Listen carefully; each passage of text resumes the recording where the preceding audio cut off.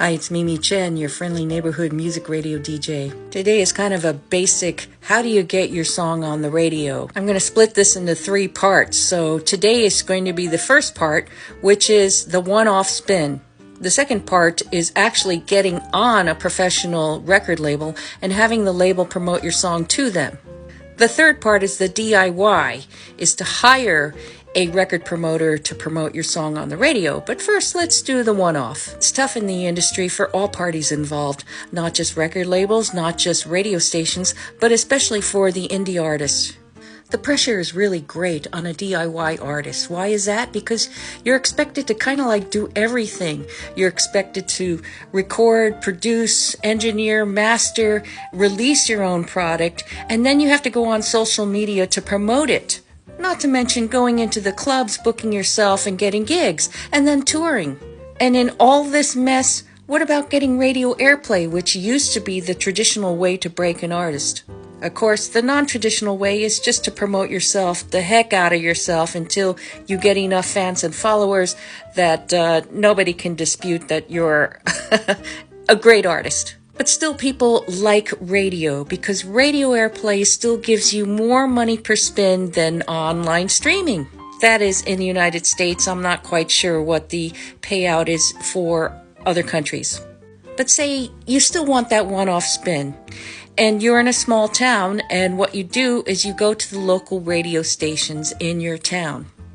And I'm talking especially college radio, because college radio stations are more forgiving in terms of programming. They can allow more indie artists in terms of spins, and they might even have shows that will promote these kinds of artists. Our radio station, the SoCalSound.org, is kind of a hybrid in Los Angeles. We are affiliated with a college, but then again, we work independently of that college, so it's all pro-level staff. But we still have 2 shows that devote themselves to showcasing new unsigned artists. One is called We Found New Music, and the other one is called LA Buzz Bands. But you need to go to the particular host of those shows and promote yourself separately. Don't expect to send a blind email to anybody in a radio station and expect a response, because that's not what they're paid to do. The one-time spin can be obtained by, maybe you have a random DJ like myself who happens to like your song and then gets permission to do that one-off spin on the radio. But if you contact the hosts of one of those shows, you might actually have a better chance at getting that one-time spin. Going into your local towns, don't buy those huge lists that people sell because they're already old and outdated. The reason being, especially in the small markets, people are always in and out very quickly. Some of them do not want to work for free. When you get to these small radio stations, they have very small salaries. So a lot of people are always looking to go up to a bigger market and get a bigger salary. So there's a lot of movement, and to buy one of those lists is pretty useless because they're already outdated. However, you can still do the work yourself.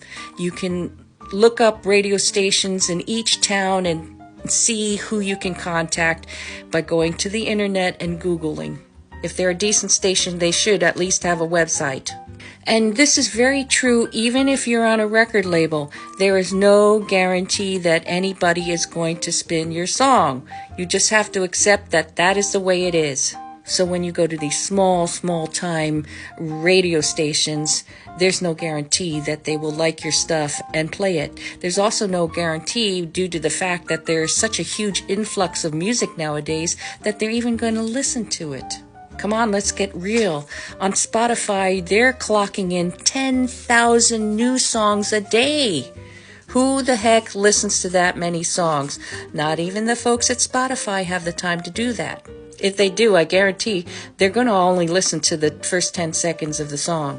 And as for me, since I used to be a studio rat working in a professional recording studio, if I hear something that is badly recorded, then it's like, eh. So I feel for you guys. I know it's a lot of work, but there are still artists that are being discovered every day. So good luck.